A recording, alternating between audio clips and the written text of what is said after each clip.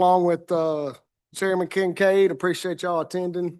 I know this is a slow time of year, so not a lot going on down here, so I appreciate it having everyone here. Chairman Kincaid. Thank you, ladies and gentlemen. Yeah, what a beautiful day. We had to set this right in the middle of it, and I apologize for that. But, this is a really good opportunity for us to kind of dive into some of the issues that are in front of us and pass ins or whatever. But moving forward, we need to figure out what's best to conserve the nature and the state. And I think this is the way to do it. So thank you for being here. Got a few issues today we're going to talk about. One, we want to get a kind of an update on the state park situation. We had a bill last year, the harvest reporting on white-tailed deer. I think that passed the House, came over to the Senate. We had some questions, so kind of want to discuss that a little bit. And maybe kind of an update on the CWD situation that we currently have going on in the state. And last, if we have time, I'd have a little update on kind of the bear situation in Mississippi. So I guess first we'd call Andre Hollis. Would like to come give us an update on the great things you're doing with the state parks. And Mr. Brian Ferguson also. You probably use that microphone right there.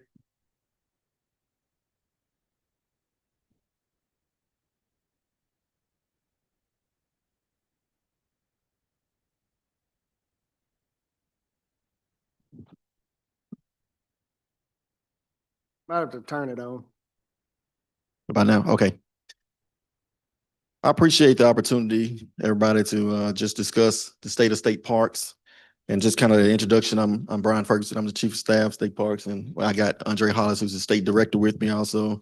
So feel free to stop us and ask us any questions that you have. To start, I just want to say how much we appreciate the work that the legislative body has done over the last 4 years, 45 years on supporting the state park system and providing the necessary funding for all the infrastructure improvements. And I kind of just want to take the day to highlight some of those things that we've done over the last 4 years. And I did pass out our 5-year plan. We will be constructing the next 5-year plan over the next several months. But let me kind of run down kind of how we did our infrastructure plan and our capital improvement plans and just kind of talk through some of what we've accomplished over the last 3 years. We wanted to first start with addressing the infrastructure first, so water, sewer, electrical systems. Many of them that were decades old, and to the credit of a lot of people, Duncan Engineering played a big role in doing an assessment of the state parks infrastructure system. So over those years, we've completed 10 major infrastructure projects across 7 different parks. They include Clarko State Park, Percy Quinn, Paul B. Johnson, Lake Lincoln, Wall Doxey, Leroy Percy, and Roosevelt. And that has resolved approximately 85% of all the major infrastructure issues statewide. Of course, we still have some outlying issues, and one thing to note there, that was a focus on the state-owned properties. So that engineering did not include any of the infrastructure at some of the core-owned, federal-owned parks. We have some issues there that we'll address in the next few years as well, and it doesn't include Home County State Park. We have 1,594 campsites, RV campsites in state parks. We have renovated 462 so far at our 5 most visited parks. Those renovations include new utilities, surface pads, and accessibility improvements. All that was funded through ARPA, and $12.8 million of those dollars were for infrastructure, and $24.26 million was for the campground we used through the tourism dollars through the ARPA. In total, there was a $36.3 million investment into the infrastructure. No matching funds on those. Of course, those were federal funds, so we didn't have any federal matches for that $36.3 million. Cabins and structure renovations were completed at Natchez, Percy Quinn, Roosevelt, Wall Doxey, Paul B. Johnson, and Clarko. We currently have 225 total cabins throughout the state, and we renovated 83 of those cabins. And we're also going through a hotel renovation now over at J.P. Coleman. Those cabins are fully furnished, and if you see them, they have all the updated amenities throughout those cabins. And we also have created a contract and negotiated a contract for the installation of 20 to 25 new tiny homes throughout the state, which has actually been a big hit throughout the state, and a lot cheaper to install those than it is to do full renovations of 100-year-old cabins. We've also since then installed Wi-Fi at 2 state parks, Buccaneer and Percy Quinn, and we're hopefully moving to Roosevelt State Park and Paul B this over the next 12 months. Capital expense funding has supported all those things, which also included buying new vehicles for state parks, lawn mowers, tractors, debris removal, machinery. Those things has helped us maintain and sustain the state parks as we continue to rebuild them. Those capital expense fundings also have helped complete renovations of the Mississippi Museum of Natural Science with a new conference and theater space, skylight roof, a redesigned entryway, expanded store, concession facility, and pavilions. Total capital expense funds over those 3 years or 4 years has been $31 million. Nearly $15 million were in federal match for those $31 million in capital funds. So about a total projected value of $46 million has been invested into the infrastructure improvements. The future capital expense funds that we could use for potential matches in the future. This year, we have a $5 million land and water conservation fund match for any capital expense funds that we will receive this year. We have a $2 million in recreational trails program funding that can be matched. And we also have the ability to apply for the Mississippi Outdoor Stewardship Trust Fund grants as well. This upcoming year, we have put in a request for capital expenses of approximately $9.5 million. That's to upgrade 50 campsites at J.P. Coleman and renovate the rest of the hotel there. Percy Quinn improved the hotel and lodges. It's a really, that would be really the last thing that needs to be done at Percy Quinn State Park. Lake Lincoln, the day use area improvements. Lake Lounge to replace a roof, which is about $700,000 in some of the day use and restroom areas there. We also have a critical road improvement that needs to happen at Trace State Parks. We have a lot of information that we can provide today on that improvement as well. Moving from just some of the improvements that we've done on the capital side, though, we have increased and did a lot of improvements on the operational and revenue, and added revenue generating opportunities such as new retail spaces, concession stands, and equipment rentals like kayaks and golf carts, which has given us a new diverse revenue stream, and it has been successful over the last year as well. We've added some overnight accommodations, like I mentioned earlier, with our tiny homes, but we also have some new premium primitive tent sites for our guests as well. As you may have noticed, some of the marketing reach now has reached all 50 states and also international. We're starting to see people coming to our parks from Canada and all over the world. Our social media following during that time has increased from about approximately 2,000 followers to over 110,000 over the last 10 years. So we're doing a lot of work pushing out content for state parks and getting a lot of positive feedback for that as well. And for the first time, or one of the first time in several years, we've been able to implement an off-season maintenance plan to take care of the parks as the season slows down and invest time and money into maintaining the things that we've built so far.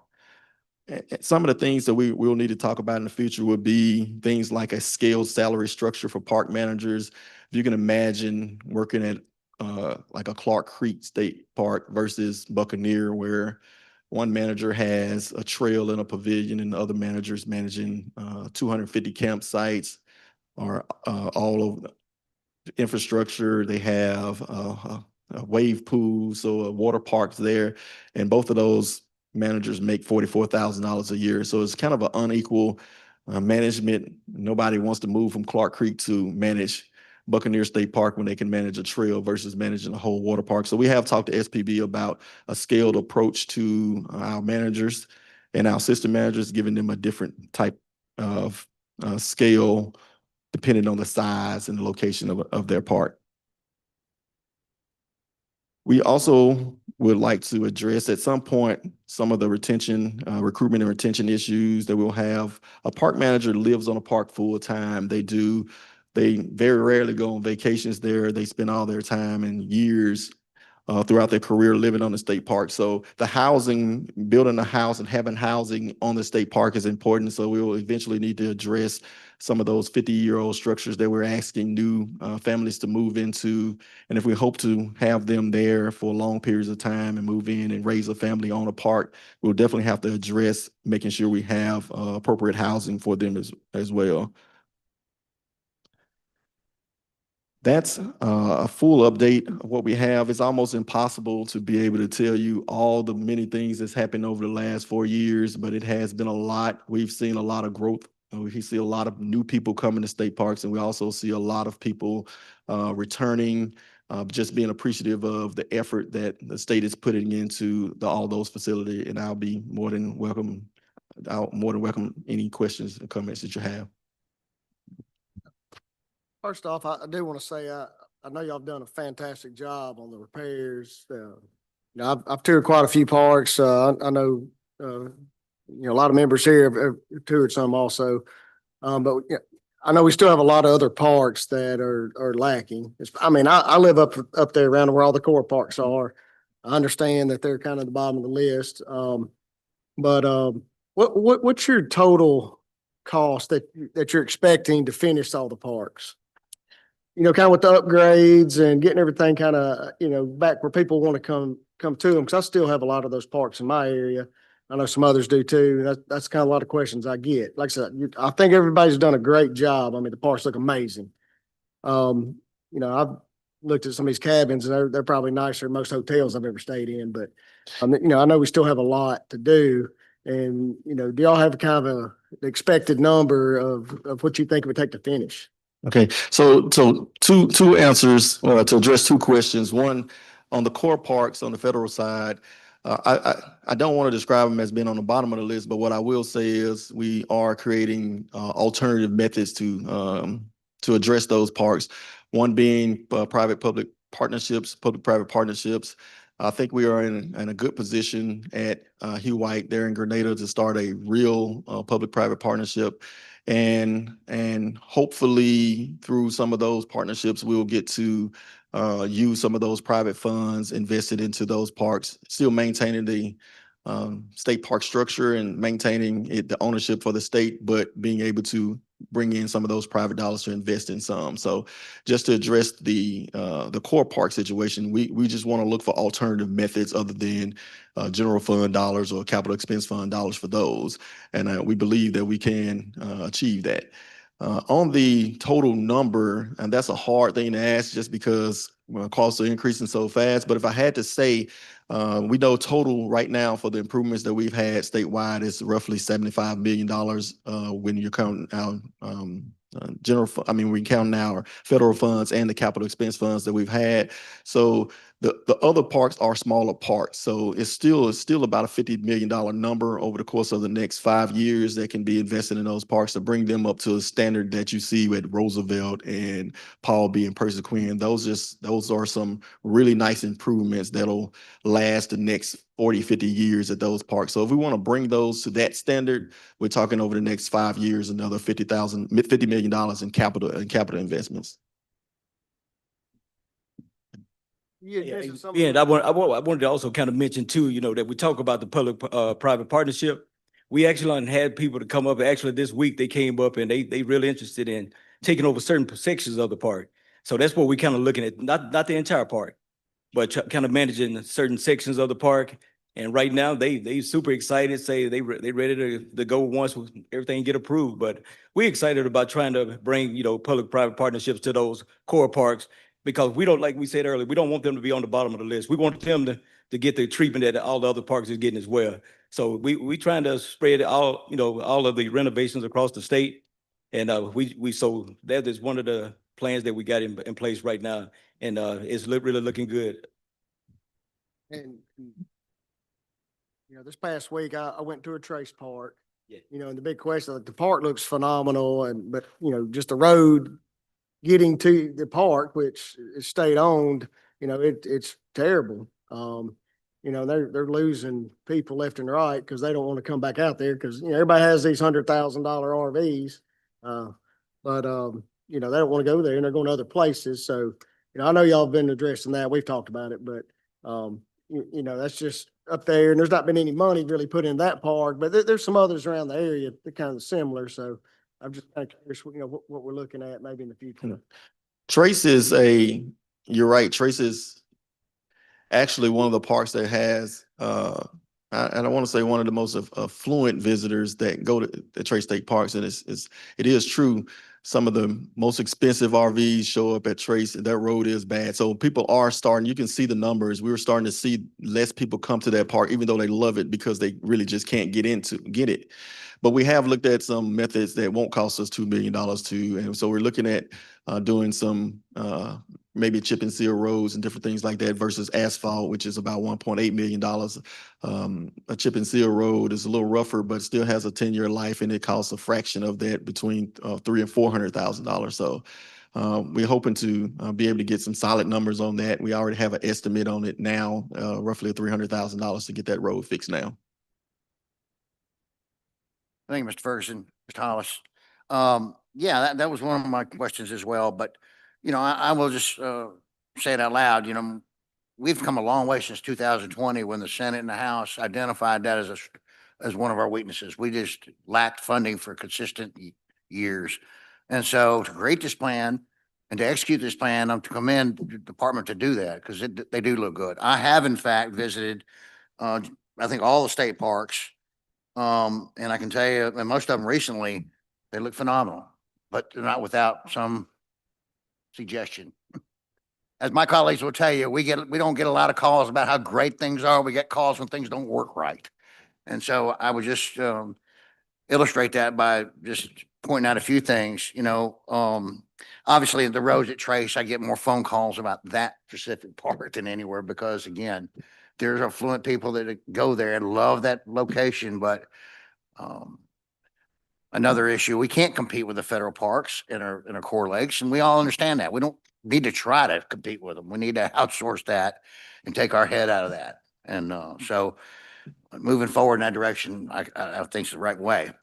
I do want to ask a question. You mentioned 1,594 campsites, 462 of them renovated. How many cabins was that? 83. Renovated 83 out of 25 200. tiny homes. Now, you've only got Wi-Fi in 2 of the parks, and that's Buccaneer and Percy Quinn. That's one of the top complaints I have, and why families don't go more often is because this world runs on Wi-Fi. And if you can't communicate, it's hard to run. It's sometimes hard to run your vehicle without Wi-Fi, especially some of these RVs. So, I'd like to know moving forward, and I've thought about this, I don't know how many of these parks are affected by cooperatives, but I know we funded cooperatives to expand their broadband. And so it's something we need to require them to do. Somehow provide us broadband in some manner, have access to it. I think that's doable. I don't know how many state parks that is. And again, I will tell you, both you gentlemen, I've been involved working with you for 5 or 6 years, 7 years, whatever it is now. And I'm impressed with your team. You seem to have a good team. We seem to manage to match the right amount of money to get the right amount of projects. Don't overpromise and underdeliver. Number one. I want to reiterate my request though for the last couple of years is I would like for us to look at our state lakes, not just state parks, but state lakes as well, because we have camping there as well. And I know they're not on our map quite as appropriate as state parks, but certainly, Lamar Bruce is something that I think is a revenue stream, and it's an attraction for the north part of the state. And I'd like to see us get more involved. The only question I'm really going to ask for you to do, if you can outline, and I don't know how far back you can go, like 2020, 21, 22, 23, what is your appropriation request direct for state parks, and how is that going to be affected this year? So as a whole, we're So we request several things. One is general fund dollars. General fund dollars for state parks support all the state park workers' salaries. Our special fund request is all the funding that we collect in user fees to support the operation of state parks, and our capital expense report request is for any capital investment, any capital improvements that we need there. So this year we'll be requesting right at $7 million, I think $6.5 million for salaries for state park employees. We'll be requesting $9.4 million for the capital investments, and on the special fund side, we'll be requesting it'll be in with the rest of the agencies, but our revenue has been around $10 million a year so far for state parks. So total in operating, including salaries, is around $18 million for state park operations. Anything over that will be a capital expense fund request, and that is going to be around $9.4 million. Thank you. Another question I have real quick is that I see on our capital improvement plan, and I've got the previous one as well, and I monitor them. I noticed some of this work has been deferred. For instance, Coleman. You know, we've been communicating with the Coleman there were certain improvements were going to take place at Coleman. And I understand, you know, for whatever reason, we've deferred them. Knowing that, and knowing that this condition of, say, Tri State Park, in your budget request, are you going to line item certain improvements so that we'll know what we're meant to? Yes, for JP Coleman, we've line item in that as a JP Coleman will be 50 campsites to finish the renovation on the hotel. It'll be about $4.5 million. So throughout our capital expense request, we'll have the different line items specific to what park we're going to do what work at this year. And just to speak on the deferred part of JP Coleman, it was various reasons, not solely funding. JP Coleman is in a really historical area, so a lot of land and water, so a lot of federal oversight there as well. So it was just harder to get those land and water grants approved there. So it fell to a deferred status, and other things moved in its place because of how long it was taking to get approval to do some of the work there. Now that we have that approval, we're ready to go ahead and move forward if it's funded. Mr. Hollis. Can I mention something too about JP Coleman? You know, a lot of our people that visit JP Coleman, they love the hotels. So we putting a whole lot of money into our hotel upgrades because that's the need right now. That's our number one overnight accommodation. So we wanted to make sure we take care of those 19 hotel rooms first, and then we don't focus on the cabins. But we wanted to make sure from the request of the customers that we take care of that hotel and get it up to standards where we need to. I think all of us would like to see a marina there, but Yes, sir. That's another issue. Real quick, I'm going to recognize Representative Carpenter.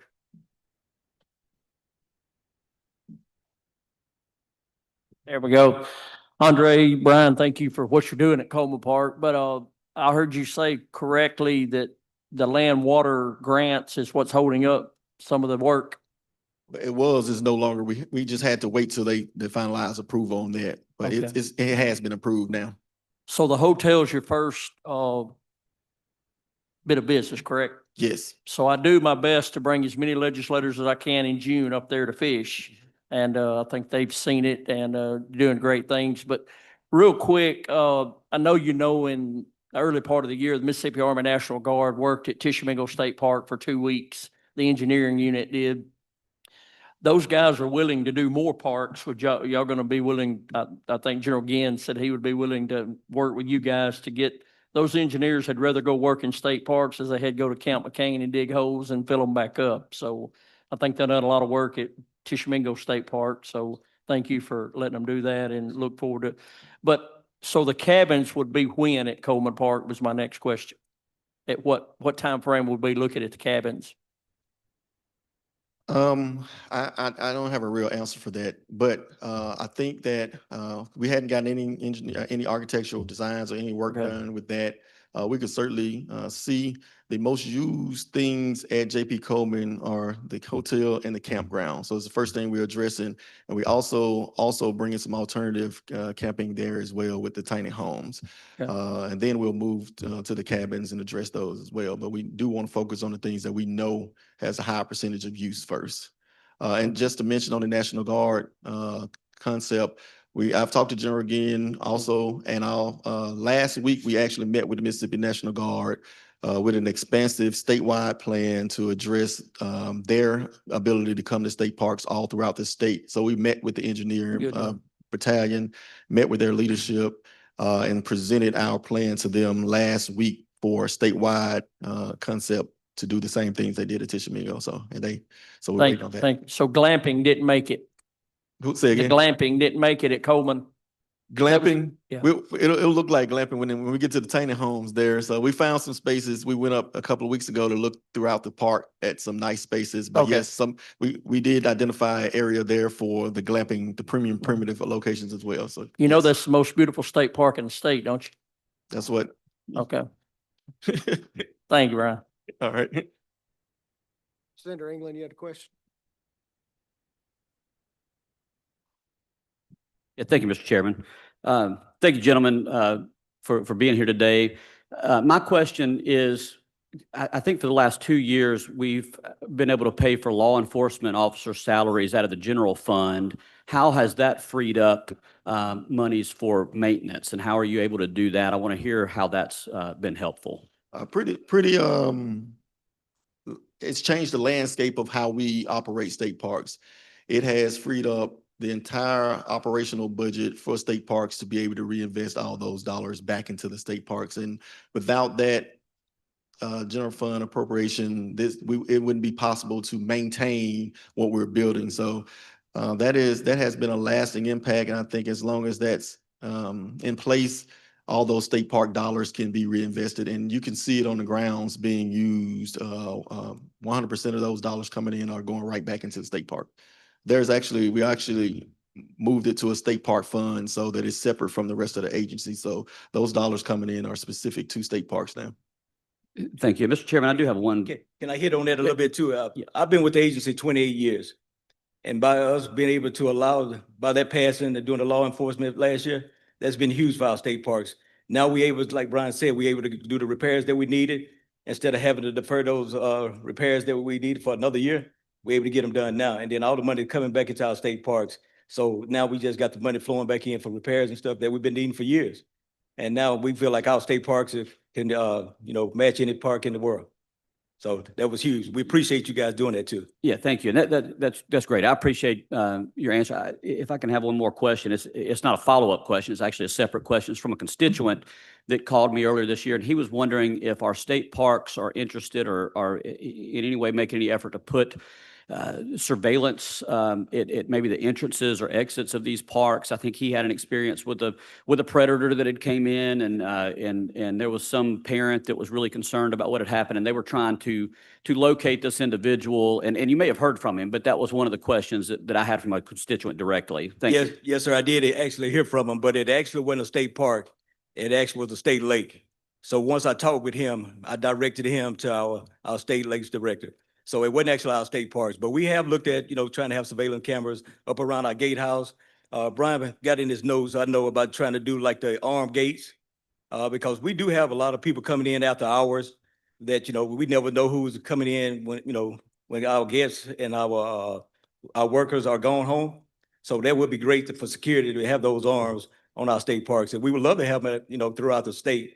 But, it is a cost on it. So, but we have looked at it, and hopefully we'll be able to implement something like that soon at some of them. Thank you. And I know the chairman mentioned Wi-Fi at the parks being very important. My family sure loves being at the ones we've had the Wi-Fi, especially when the afternoon rains hit, but I think it may help with that as well. So yes, sir. It definitely will. On the Wi-Fi situation you're talking about, the two parks we did, one of them was $1 million, the other one was 900,000. So, that it is, expensive to be able to do the Wi-Fi in our state parks. But like you say, if we can able to implement it at other state parks, it will keep the guests there longer because they can come and work and enjoy the state parks at the same time. So we did progress of trying to get them all done. I also want to, on the Wi-Fi, I also want to mention, because I heard the chairman speak about the co-ops. We have worked at Tom Bigby. Actually, Tom Bigby took over the electrical there for cost, of course, but that's a total benefit to the state park. We no longer have to foot those fees for burnouts and anything now. We just call them. They're also able to provide Wi-Fi solutions for the park as well. So we're still looking into doing some of that communication with some of those co-ops to get them to come into the park to provide Wi-Fi solutions also. Senator Seymour. Thank you, Mr. Chairman. I want to commend y'all down in South Mississippi as far as Paul B. Johnson. Y'all started remodeling on it, I think started in 21, and the complaints came in. What are they doing? And now that they've seen the improvements, everybody's pretty much happy, but I'm getting the question. I see on here, y'all got the completion date of the end of the year, start of 2026. So is there anything else in line that's got to be done, or is that going to be a finished product? Right now, we had a progress meeting there last week. So right now, the estimated completion date is December the 9th, is the estimated completion date. So what we're hoping to be able to do is open it up the first of the year. Great. Once we do our walkthrough and owners inspection and all of that, because we want to make sure everything in the cabin area is done up to specs. So we don't want to rush it. So, but right now, the estimated completion date is going to be December the 9th. And we're hoping to be able to do a grand reopening somewhere around the first of the year. And the other part of this is with the stewardship program, how many projects have y'all put in for? And what's the dollar figure of estimated dollar figure for all So projects? right now, we've only gotten approved for 2 outdoor stewardship trust projects for trail work at Clarko and Roosevelt. So about $500,000 total. I think it's $250,000 for each one of those projects, each one of those parks. Well, how many of y'all got in the portal more or less? I'm not sure. I'm not sure what Sure. we've applied for this year. I know the amphitheater at Clarko. I'll have to get back with you on that Okay. question. I don't know. Sorry. Thank y'all. Senator Younger. Thank you, Mr. Chairman. Thank y'all for being here today with all of us to explain how well things are going. Y'all got a pretty good boss over there sitting down too. He's very helpful. There's 2 things I wanted to ask you about. How are you knowing that the cabins and the pads are being booked to the maximum? And the other question is, what's your occupancy rate on how many people are coming in and staying? So we do have a great boss. Let's just say that. We'll use the word great. He won't give you a raise though, but you can say that. Well, I try. I'm just kidding. But yeah, so it's a great question because one of the things that we wanted to make sure during this process was to make sure we had a system in place to be able to identify how our parks was doing. And so in March of this year, we actually got rid of one vendor who couldn't get us that information, and we onboarded a new vendor and have a new state park reservation system. And that system gives us a lot of data, pretty much where people are coming from, where they go when they leave. It's a lot of information that is being able to. So that's how we're able to tell what the occupancy looks like, what our improvements, if the improvements that we've put in place are working and those type of things. So right now, we're at about a 28% occupancy on all amenities statewide. And that sounds low, and it is, but it gives us an opportunity. We now know how those things are being influenced. And we also know that the parks that we've renovated is seeing higher occupancy rates than the parks that hadn't been renovated. We're able to see when they're coming in, when they're leaving, and that type of thing. So right now, and we only have about 4 months of data right now to tell us what this, so we don't even have a whole year. But right now we're operating around 28. Our max occupancy rate, though, with the staff that we have hovers around, will probably be around 45 to 50%. We'd love to get to 70, 80% occupancy, but we'll tear it up faster than we'll be able to improve it at too high occupancy rates. What about the electricity? Is it going through co-op, or aren't they supposed to take over the grid for y'all, the co-ops and the Entergy? We own all our own power. Tom Bigby, I think, is the only one right now that is on a co-op. Any electrical improvements that we have to do on the state parks is done by that park manager and his staff. I think the power coming into the park, they manage. And then once it's in, anything that goes to a cabin or a RV campsite, if it's a wire burning, our staff is the ones digging it out and replacing it. Okay, thank you very much. Vice Chair Fonder, if you got a question. Thank you, gentlemen, for being here. I just had one question. Last year we approved Ole Miss to do some public-private partnerships. They had a big dormitory issue there. I was kind of wondering how y'all see it structured for y'all, how it could help y'all and benefit the department, and also how to incentivize the investors. If you could just talk over some of that, I think it'd be helpful to everybody. So a couple of things. One, we already have, our executive director already has, as part of our standard language and appropriation on an annual basis, the ability to sign public-private partnerships. So we have that ability. The outreach for it is a bit complicated because we don't want anyone to own a state park other than the state right now. So there's a kind of a blended method is when we're talking to any any private entity about a state park, and it's it's a lot of it's federally managed too, because we have land and water there. So can you maintain it as a public park for everybody, and can you make sure it stays outdoor recreation? So in recent conversations that we're having with private businesses, our conversations are around just improving what's there, making it more accessible to people. And incentives for us is really, I mean, we're not doing these lease agreements where we're saying you have to pay us $30,000 a month. So we're doing shared revenue strategies that benefit the investor more than it does the entity itself. One of our approaches right now has been that sometimes it's not what you make, it's what you keep. And if we can not spend $400,000 or $500,000, losing $400,000 or $500,000 a year in a space and invest it into other spaces, then we can maintain those. So it's kind of it's no universal approach. It's about what park it is. But one of the main strategies is to try to get rid of some of those expenses that kind of like Hugh White State Park, you're spending $400,000 or $500,000 and the occupancy rate is 5%. So you're never going to make any because the park is so bad. So a private investor coming in and redesigning some of those spaces and having some long-term lease agreements with those roughly 25 years is kind of incentivizes that investor to come in and do some of that work. Thank you, gentlemen. I don't want to drag this out too long, but specifically, since you made that comment, we had an RFP issued for one of our state parks in Grenada 3 years ago, I think.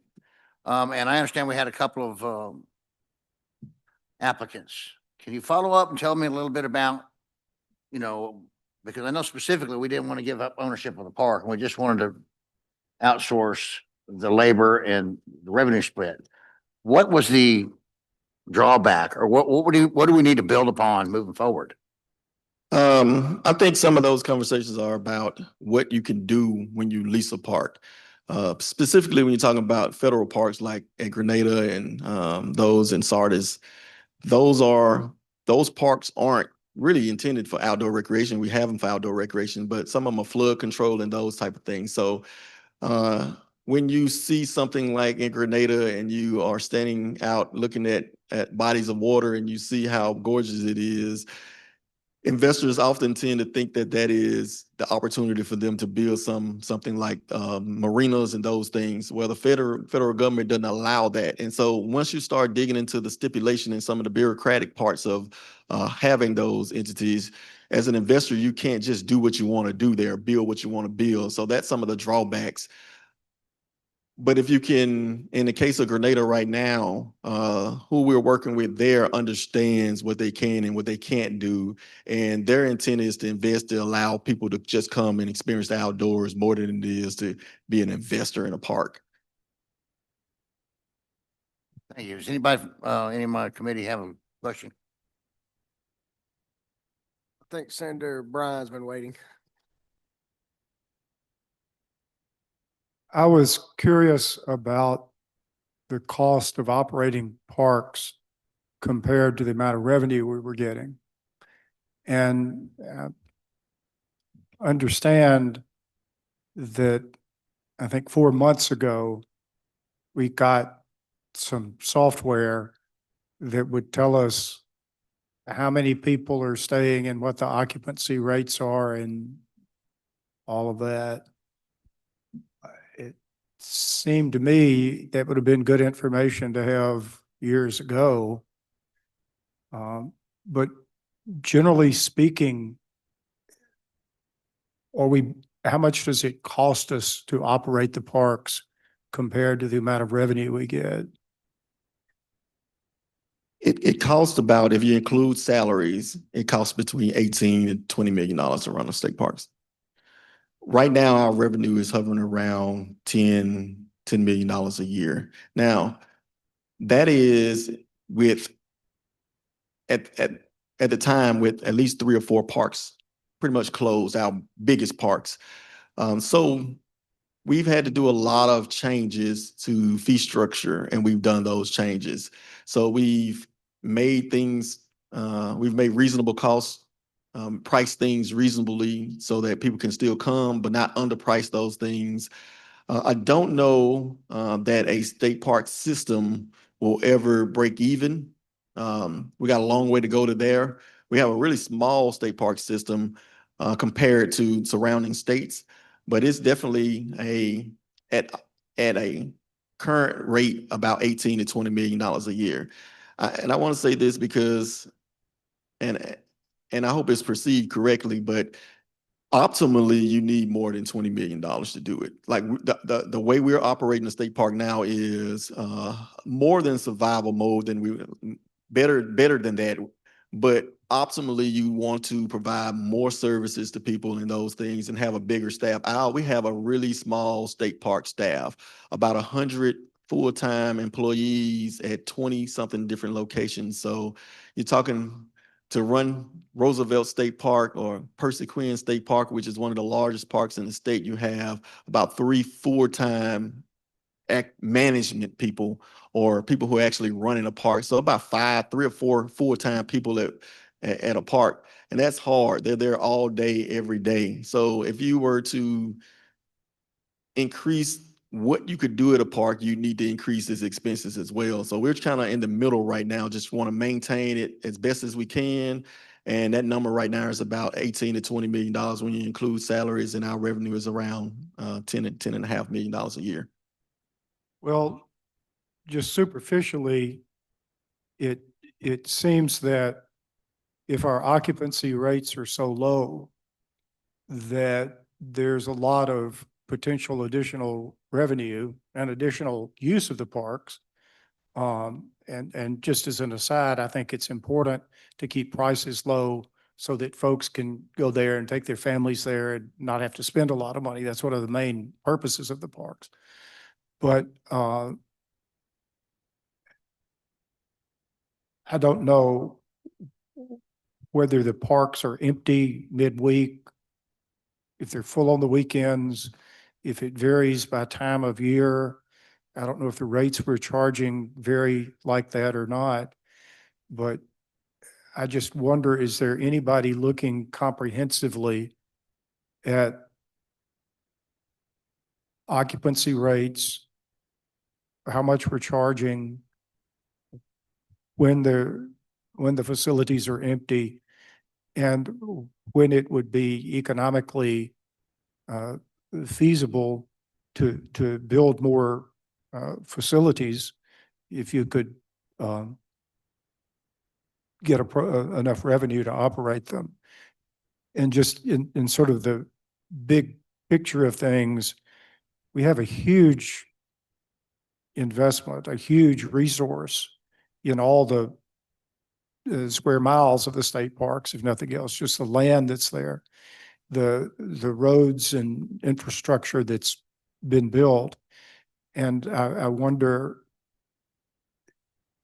if the marginal cost of increasing the number of accommodations and all might be productive.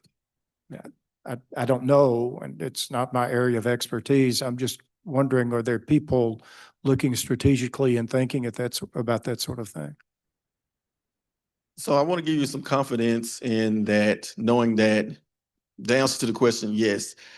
I think our goal when we started doing this was, one, to be able to not make assumptions, but to be able to actually get the actual information and data necessary to be able to make the smart decisions. I wish we had done it 10 years ago, but we didn't. But over the last 3 or 4 years, we've been intentional about making sure we have systems in place to collect the information that we need to be able to first tell the story and then do something about it. Now that we have the information, I can tell you, I spend most of my day looking to see what's empty and what's not empty, and how do we do something about that. If that's a price change, lower cost, we've looked into market-based pricing. How do we do some of those strategies? But we're certainly looking to see what things aren't being used and how do we get people to actually use them. We've gone historically over the last decade or so, probably more than that, we've lost so many customers to state parks because of its condition. So getting people to, one, know that these things are better, and even our staff, when they go visit a state park, is surprised when they get there how they are starting to look. So more people are starting to come to state parks, and we're proud of that. And I do see a occupancy rate under 30% is extremely low, but I also see it as a great opportunity for us to increase some of those revenues by bringing more people, keeping prices down, but being able to bring more people out. So there's a lot of strategies in place. And like I mentioned earlier, just from our reach itself, just on social media, going from 2,000 followers on social media to over 100,000 currently. Being able to bring people from out of state in more often, and using strategies around the state to get people to stop through Mississippi when they're going through, and keeping people in the state is one of our primary goals. And I honestly think that those things will impact our revenue and increase our visitation. But our sole focus right now is getting more people to come to state park.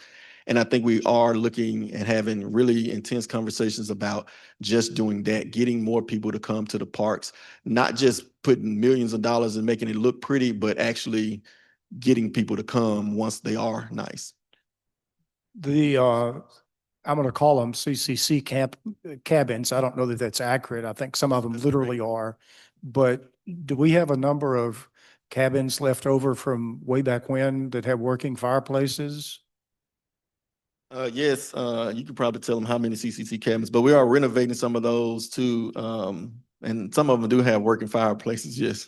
Well, you mentioned there are places with no Wi-Fi. I mean, there are a number of folks who I think would find it appealing to go spend a week or so in a cabin built by the CCC with a working fireplace and no internet. I mean, there's folks that's like a dream come true.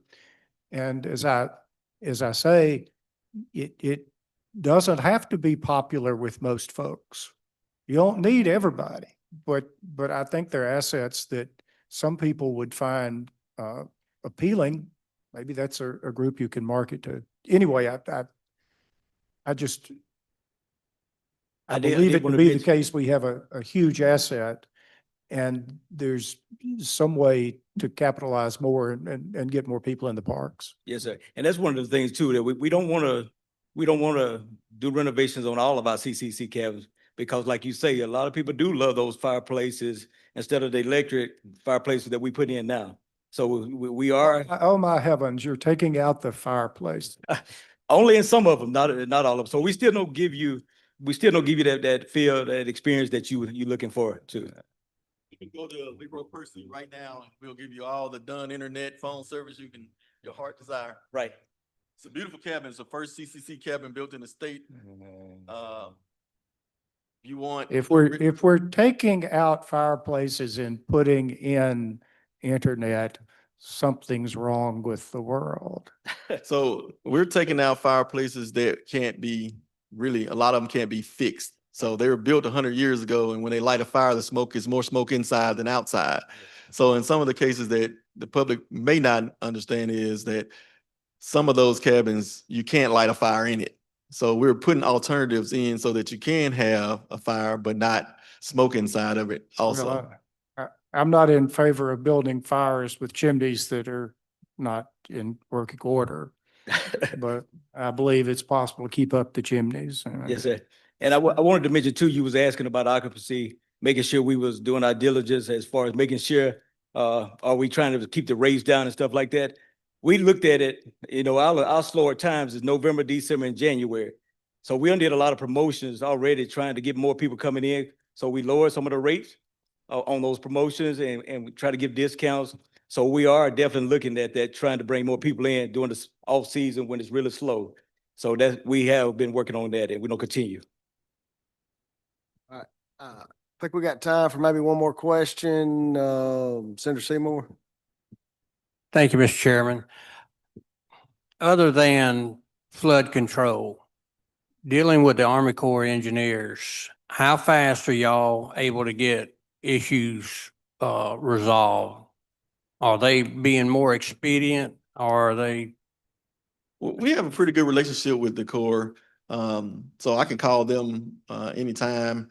So like with the deal at Grenada, sometimes you have to say, hey, we want to move a little faster, but they'll do it. We have a really good relationship with the Corps and we have direct communication with them. So we're not just sending emails and waiting on someone to respond. We know the guy's name, we know who to call, and it hadn't been a problem. We hadn't had issues. So it ain't been 6 months to get an answer back? Not at all. I'll text him and he'll call me. So it hadn't been bad. It's not fast, but our communication flow has been really, really good, and we can meet in Grenada anytime we get ready to, and it's just a calendar invite for us. Thank you. All right, Senator McClendon, sorry I missed you earlier. Ask a question. Thank you, Mr. Chairman. I was fortunate enough to be able to play Mallard Point the other day with my son. Could you explain the lease agreements we have with whoever's leasing the golf courses?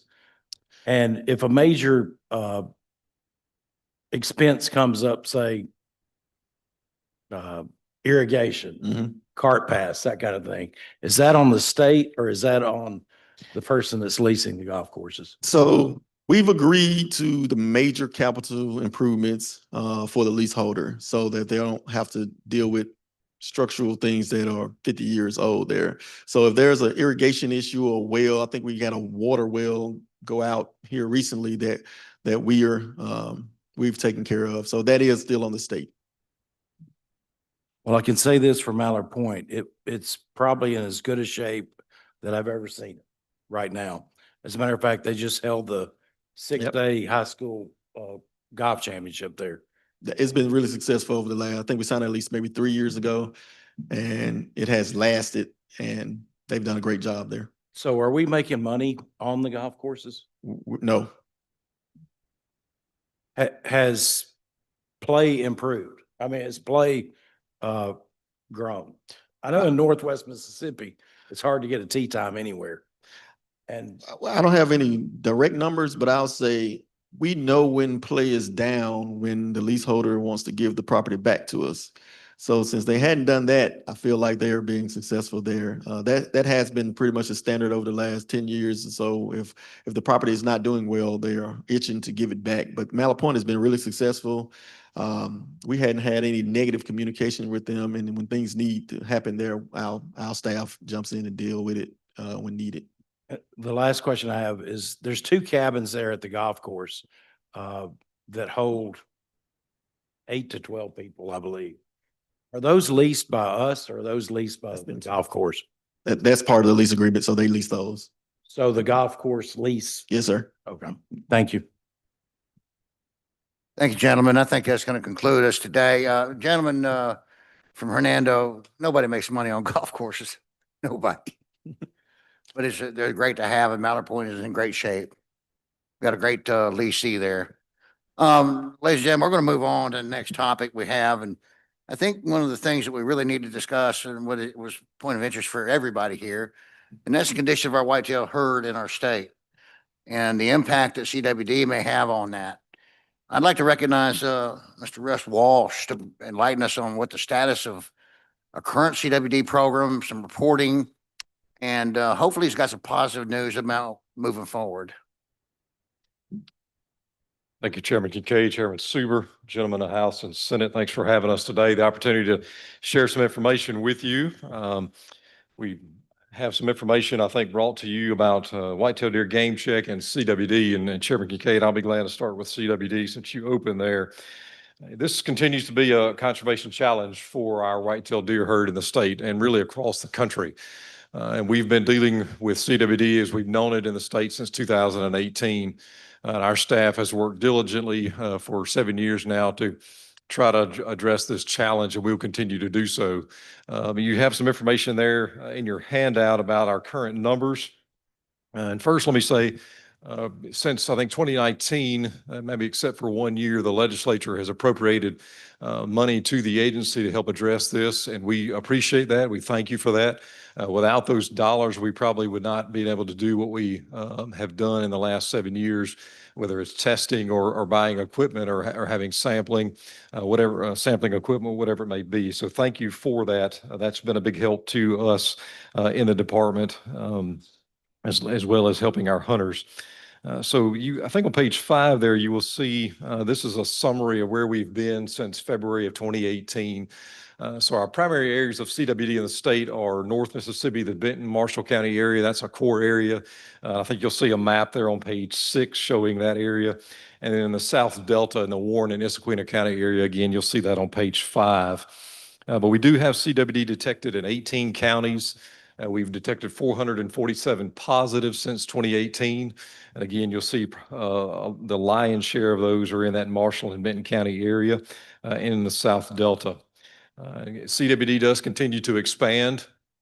Our core area in that Benton Marshall County area, it looks like is expanding about 3.5 miles per year. The core area now is expanding outward, radiating out from that Benton County area, moving about 3.5 miles per year. So it does continue to move.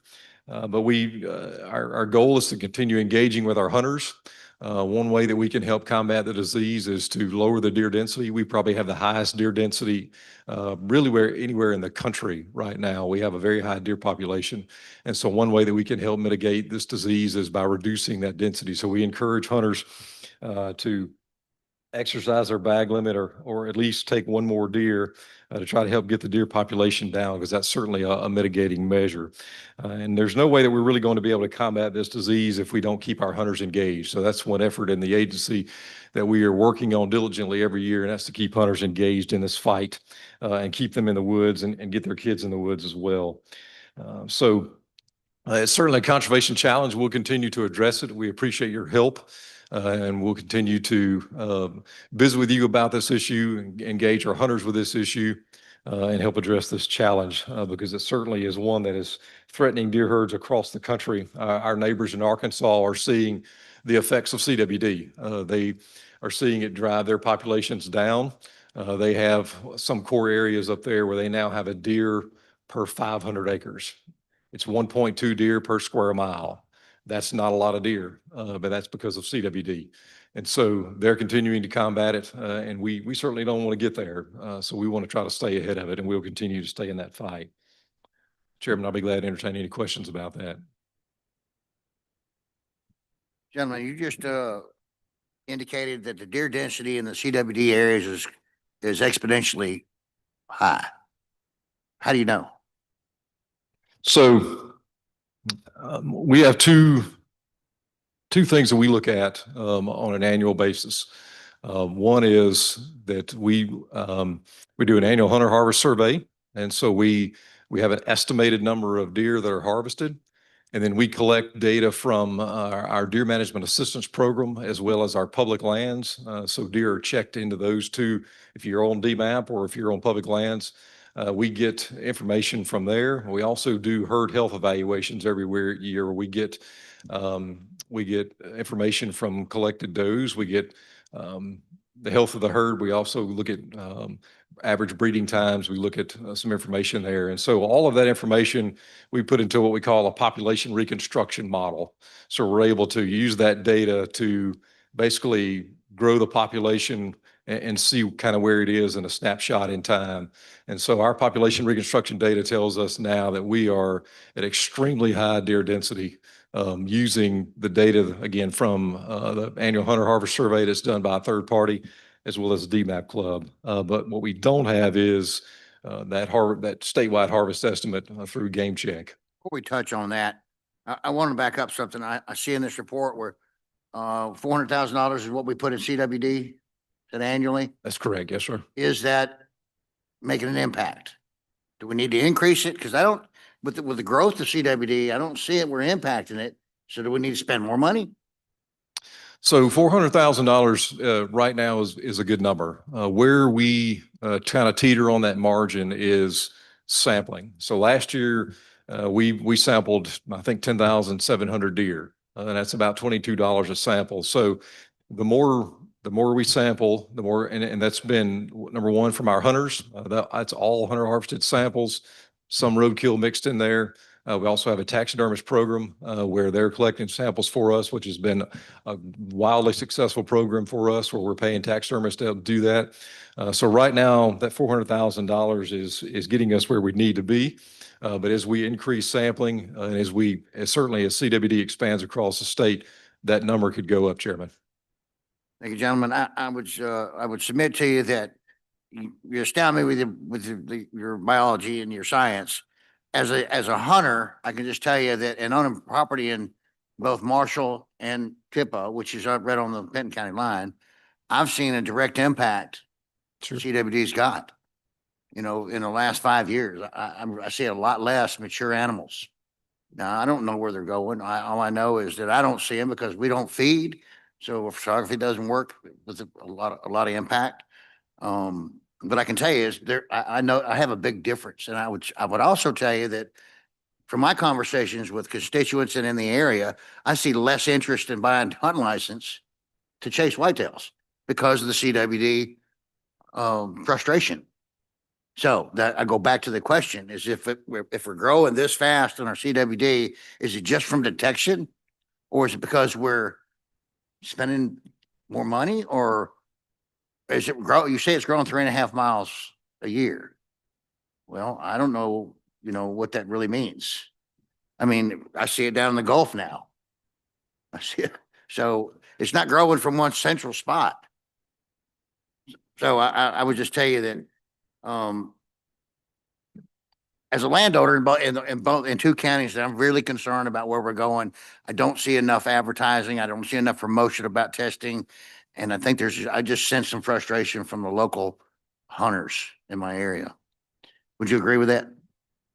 Sure. I think we get more and more reports from your area of the state. Hunters are concerned about the population. We have landowners that have told us that they are seeing far fewer deer, and some one hunter indicated to us last year that in all of the season, I think they saw 3 deer on their property. So certainly there are some localized impacts that we're seeing, and that's of concern because you are correct. You have the mindset, then we kill more deer. We should be able to eliminate it quicker, or be able to, what information can we gather?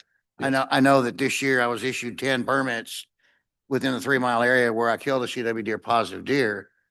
Although I'm yet to harvest one, but I got 10 tags to do just that. I don't know if that's increasing the data. Yes. Or if that's decreasing the affected range. I'm not sure. Yeah. But certainly not, I think that, not knowing this data is critical. Yeah, so the 3-mile tags that you reference are outstanding data. They're helping us to look at what happens when the density is reduced by hunters, and how might that slow and mitigate the spread of CWD. So that data that you were referencing is critically important. So I'm not doing my job. I should kill more. and I should have already, but I want to use that to try to segue into, and I know this, I don't mean to jump, but I want to segue into the data collection component that's so critical to manage this resource. And with that, I go into harvest reporting, and the lack of harvest reporting means we don't have, all we have is subjective opinion about all the data, all the decisions we make, all the policy we create is all subjective, because we are the only state in the country that doesn't require harvest reporting. We were the leader in 1980 to create deer management program, and all the other states around us have accepted it, but we're the only state that refused to do harvest reporting, and I don't really understand why. Yeah, you're correct. So beginning in the 70s. That was a statement, yeah. We were the leader of the pack with our colleagues with Mississippi State. We were looked to as the state that knew about deer management, and we still are. We still have a successful program in our partnership with MSU. We're still looked at as some of the leaders in the country for deer management. But Chairman, you are correct. We are the last state that does not have mandatory harvest reporting, and that is critical data to help us to continue to manage the deer herd. Whether it is looking at some localized effects, in the coastal plain, lower coastal plain of Mississippi, that's a lower density deer herd. So it may be more sensitive to things like CWD. So being able to have data to look at what happens with that population, just to look at what happens with the population with CWD. The harvest reporting data is critically important to us. Other states are able to look at what is happening with CWD or other things because they have that data. To give you an example, we have mandatory harvest reporting for turkeys. That data that we have for game check for wild turkeys was recently used by us and by MSU to look at whether we needed to adjust our turkey season. And that very data that was used showed that the timing of turkey season is not the issue for turkeys. So that data helped us tremendously. We were able to keep our turkey season where it is today and still provide all of that opportunity for turkeys. So this data is very, very important. With that said, I realize, where we're going with this, and I just want to, again, communicate to both committees that we've entertained this for a couple of years, and actually the House has passed this bill, and I haven't been able to get it through the Senate, and I hope that we can create some empathy about what we're trying to find and be clear about what we're trying to find, because I want to move forward with it. Senator Younger, you have a question? What's making it spread the most? So, Because if the biologists aren't blaming it on horse flies, it's horse flies. That's what spreads anaplasm in cattle. yeah, so the prions that cause CWD, the primary spread is going to be deer-to-deer contact or deer being in close proximity to each other. So let's say feeding, for instance, they're dropping the prions are in the saliva, and they may be in the urine. Deer eating out of the same feeder over and over and over exponentially increases the opportunity for deer to spread, for it to spread. There's going to be some natural contact when bucks are in rut. Bucks have a higher prevalence, right? So they have a higher prevalence rate of CWD because why? Because one, they spend time in bachelor groups, but also during the rut, they're running from doe group to doe group. So they're more likely to interact with deer that may have CWD. But the concentration of animals, so a higher deer density, just like us in this room, if we put 100 more people in this room, somebody's sick, we're going to have a better chance of getting sick, right? So lowering that deer density. Excuse me, but don't you think, horse flies, blood to blood, wouldn't that spread it? I think at a very, very low rate. I think the higher density, the more opportunity deer have to interact with each other is what's going to exponentially spread it. Okay, thank you. Yes, sir. So you're saying if they drink out of the same water source, every animal that drinks out of that water source is contaminated? Not necessarily. It takes, environmental contamination takes a while. So a deer, eating in this spot that has CWD is not automatically going to make the ground highly contagious. But if that deer comes back to the same spot over and over and over and over again, then that spot's going to be contaminated, and another deer that comes along is going to have a higher chance of contracting it. So again, a place like a feeder is 12 times more likely to be infectious or to have deer contacted than, let's say, an oak tree. And that's a study done by MSU. Or that Deer- honeysuckle bush that all the Yeah, deer eat off of. Because they're going to eat off it and then move on. But do you not realize, and I know you do, that deer from birth communicate nose to mouth?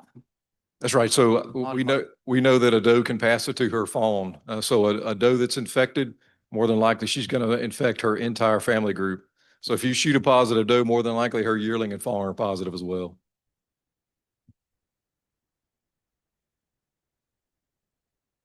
Senator Seymour, you got a question? Thank you, Mr. Chairman. When we talk about harvest reporting, Yes, sir. the first thing I want to find out, did we not have harvest reporting back in the 60s? That's right. Why did we lose it then? I don't know the answer, Senator Seymour. I don't know why it was taken away. I couldn't answer it, but we did have it. You're correct, but I don't know. We're not, I mean, we were at the forefront of all the That's right. other states, That's right. but there was a reason that we lost. I don't remember exactly what it was. But getting back to the CWD, we're actually finding the CWD, that prime, in our predatory animals that feed off of deer carcasses and all now. Also in the vegetation that you and I consume, That's right. the corn, the soybeans and all. I went to a conference years ago when it was first found out, and the scientists that actually helped discover it, their prognosis was that when you find this, you got to take action immediately. That's right. What we're doing right now is prolonging a long and slow death. There's been one state that has had CWD in a specific area, and they took direct actions before the ground got contaminated and all, and eliminated that. I think we need to take a stronger, more urgent measure to stop it where it is. Benton County in the Northeast right now, it's going to take years, maybe decades, before Mother Nature will take care of itself. But have y'all got any stronger action that y'all are wanting to take? I mean, I don't know. Some say that supplemental feeding doesn't cause the mutation to spread, but it's a sure common denominator of bringing more animals together. That's right. Yep.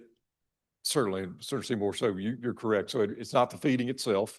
It's the mechanism, bringing those animals in close proximity over and over and over and again exponentially increases the opportunity to spread. So that's correct. And that's why supplemental feeding is banned in the CWD zones, to try to reduce those animals from concentrating. You're correct that other states, some of the proactive measures they're taking is going into areas where they have CWD and reducing those deer populations, whether that's done through sharpshooting or whether that's done through incentivizing hunters to do that. And some states that have utilized sharpshooting, and it's been very effective, state like Illinois, state like Missouri, their landscape is what allows that. So they may have they have pockets of woodlots and are mixed with agriculture. They can go in, they know where the deer are. Deer are a little more concentrated because of all of the agriculture, and they're able to sharpshoot and reduce those deer densities. And it's very, very effective, right? Because again, you're reducing the number of deer that have opportunity to spread it. In Mississippi, that would be rather difficult, right? Because we've got a high deer population and we don't have woodlots. And so sharpshooting, while it is effective, wouldn't really be effective in Mississippi. So that's why we implemented the 3 Mile Tag program, and we're encouraging hunters to shoot more deer. It's going to take the hunters in Mississippi to do it. The agency, we don't have the manpower or the wherewithal. There's no way. The hunters are the key. And that's why Chairman Kincaid is right. More awareness, more incentivizing of hunters, that's what it's going to take. But I agree with you. A proactive measure is the way to go with CWD to get ahead of it. If we can keep prevalence low, we can absolutely prolong the effects of this disease. But it absolutely takes us in concert with the hunters to do that.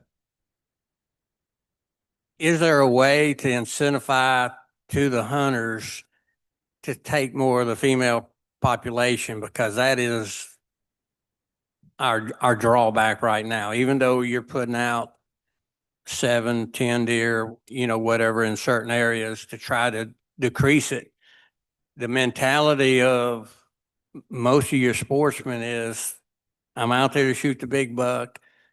I don't want to mess with anything else, but it's the population is truly getting out of hand.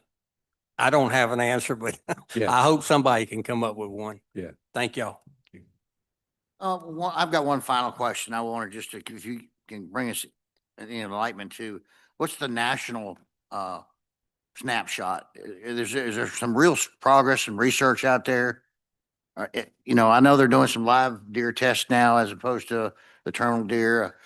I realize that Mississippi State and Texas A&M, and there's some really good research people in this country, but what are we doing outside of our state to address this? Yeah, so there is, again, I'm going to go back to prion. That's the infectious protein that causes CWD. There is research going on around the world related to this disease or related to prion diseases. In the US, there's a lot of research going on looking at the genotypes of deer and looking at, the SS genotype. It seems to be a little more resistant to CWD. It's not going to stop it, but there's research going on there. There's research going on in figuring out how to test not just deer. Like right now, we're working on research where we're actually testing the environment, testing scrapes, testing the soil, and maybe that helps us find CWD a lot faster than just finding in a dead deer. So then we can get ahead of it. Making progress. Making progress. A cure. A lot of people ask about a cure. This is, again, it's not a virus or bacteria, so a cure is going to be a lot tougher. But there is research going on out there looking at a cure, looking at how to, again, mitigate the disease faster. So yes, a lot of research. We're still a long way out, but there's research going on. So it's not, we can't do it through genetics. We can't do it through feed. I hope, pray that we find a resolve somewhere. Are there any other questions? Russ, the gentleman from Hattiesburg. Yes, sir. Thank you, Russ, for coming today. Back on the harvest. Yes, sir. I grew up the Mississippi River and very familiar with the DMAP program. But is that limited? Is the DMAP program in all 82 counties? No, sir. And is that how y'all are your major source of estimating our population, our deer herd population every year? It's our primary source of looking at harvest and looking at, age structure, and we do herd health checks on those DMAP clubs, and that gives us a lot of that biological data. But that's our primary source of that information. And so we do extrapolate that information, looking at a statewide estimate. But no, we do not have DMAP in all 82 counties. And would you say their DMAP programs in 50% of Mississippi? 30? Probably 35 or 25 to 35% or so. A lot of those DMAP clubs are concentrated in that Delta. That's right. Madison County. People over in East Mississippi's deer herd is calculated on what's going on along the Mississippi River. So that right there, it would seem that is why we need harvest reporting from all over all 82 counties. Yeah, we have about a million acres.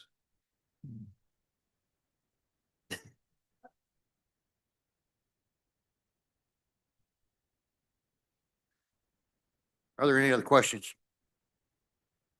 Gentleman from DeSoto, do you have a question?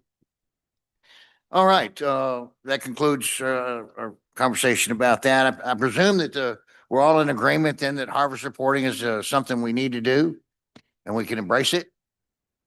If I would suggest you refer back to House Bill 2816 if you need to read what's there, but again, it passed the House and it's back in front of you again this year.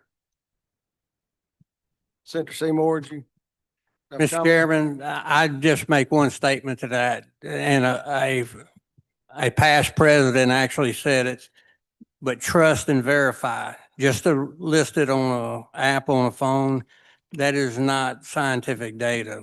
So I would like to see something stronger to where the animal is actually verified, killed.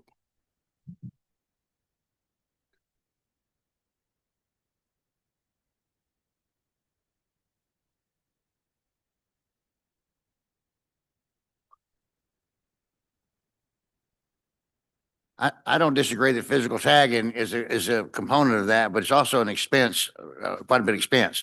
And true enough, trust and verify, I couldn't agree more. We got to start somewhere. Right now, we have zero data. We have subjective opinion. So we need some data. And if we decide to be able to afford to do that, then I'm all for it. But it is a cost center as well. And I don't know if the hunter's open to do that, but the license holder that is. With that said, let's move forward and Chairman. Uh, Thank you, Mr. Chairman. One other area I've actually got a lot of questions about, the past 6 months.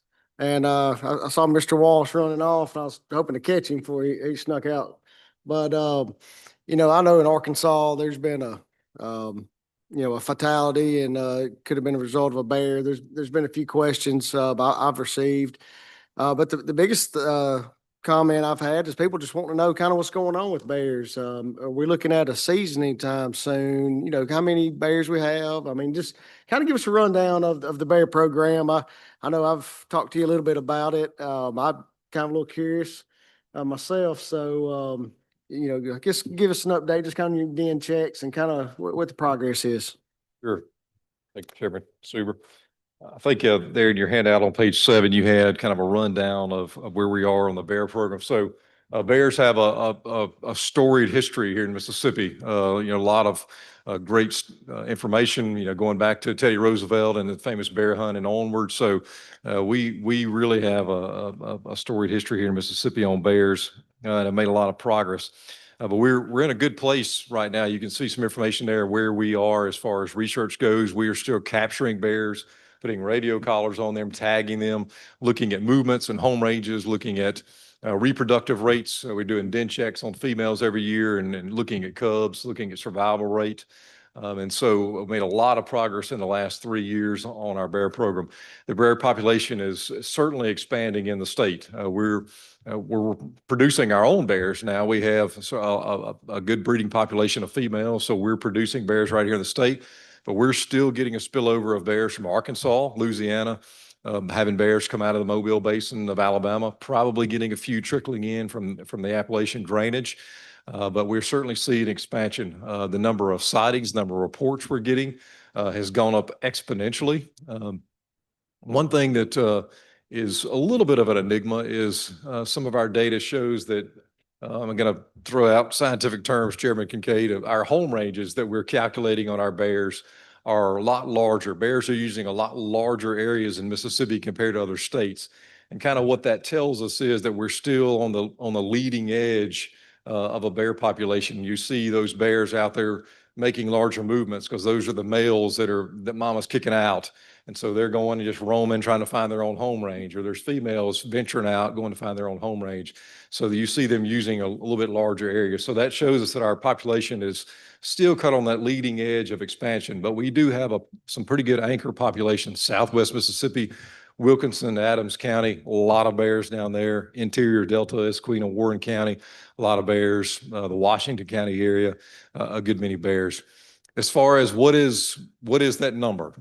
And that is what we are working this very minute on with MSU and our partners at MSU.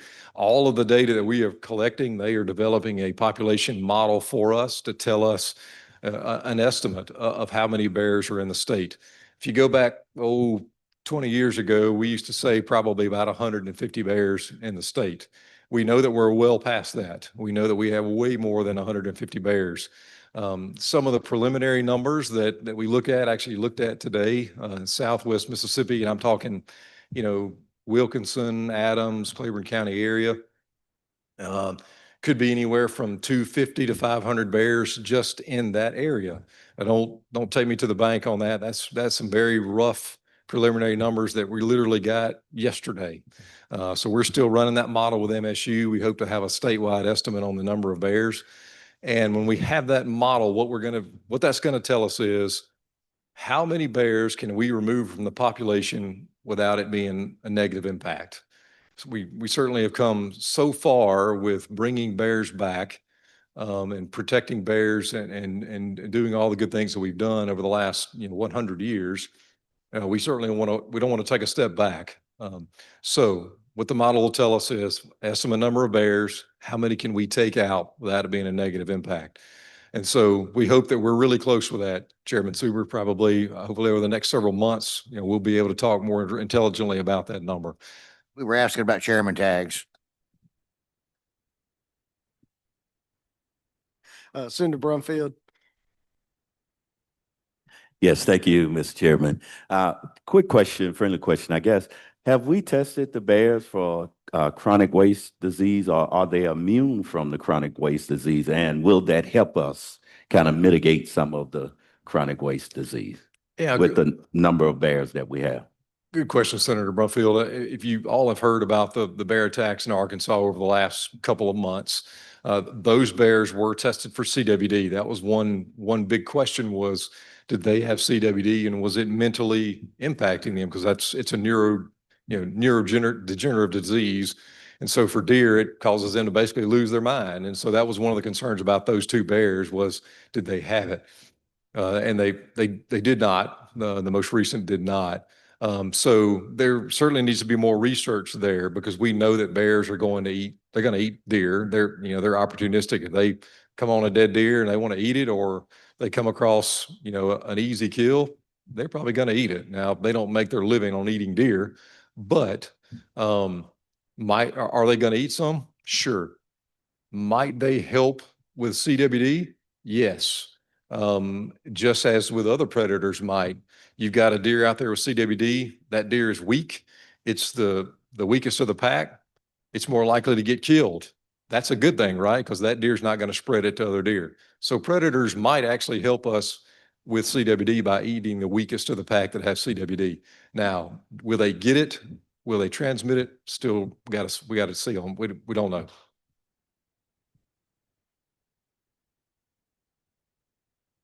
All right, do we have any other questions? Representative Tubb?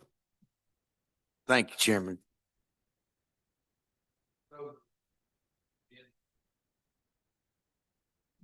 Is it a myth that the bears are heavily taking fawns? No, well, it's not a myth. So are they going to eat fawns? Sure. Are they going to eat enough fawns to, do damage to a deer population? Probably not. But, again, bears are just big garbage disposals. I mean, they're going to eat whatever they can. So, they're walking through the summer and they come up on a fawn, probably easy pickings. Yes, they're going to eat it.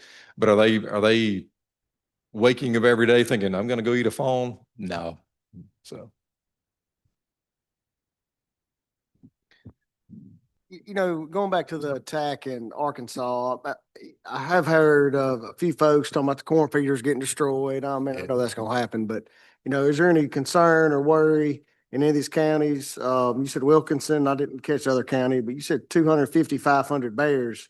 I mean, to me, that's quite a few, for a couple of counties. So, I just don't know what your thoughts are about, have we had any instances of any harmful attacks, or I know we get some sightings here and there, but I mean, for the most part, are they kind of staying away, or, Yeah, we've had no incidences where bears have been a threat to humans. I mean, we have some in towns and some knocking over garbage cans. We have reports of them, getting in feeders, knocking over feeders. We have reports of them, maybe getting in a deer camp. But as far as them being a general threat, no significant threat there. But I mean, bears are just, again, they're big garbage disposals. So feeders, they're easy pickings, right? So they're gonna knock some feeders over. all right, any other questions? Senator Seymour? How many complaints have y'all had, say, from the public in a case where a bear's become a nuisance? Nuisance, a few, and there's been a few bears we've gone and captured and we've moved. But we're very cautious about that because, you know, a nuisance bear is something that you really have to be cautious of because, again, a bear is just being a bear. And, you know, feeding bears is what's going to cause them to be a problem. And so a lot of times we just encourage people to, if you've got anything that may be attracting those bears, remove it from the equation and the bear's likely going to go on. But what's going to cause problems is those bears that get fed and they get habituated. That's the bears we have to worry about. And you see that in other states, you know, with them, you know, being they don't have any fear of humans or they're aggressive. It's because they've been fed. That's where we see the problem. Have you had any problems as far as, I've had some complaints from some of the beekeeping keepers in the state to where, I mean, it's a natural food source for them, but this is the guy's livelihood. That's all he does. And it would seem to me it would be advantageous to whether we ascertain other property for the bear or for the beehives.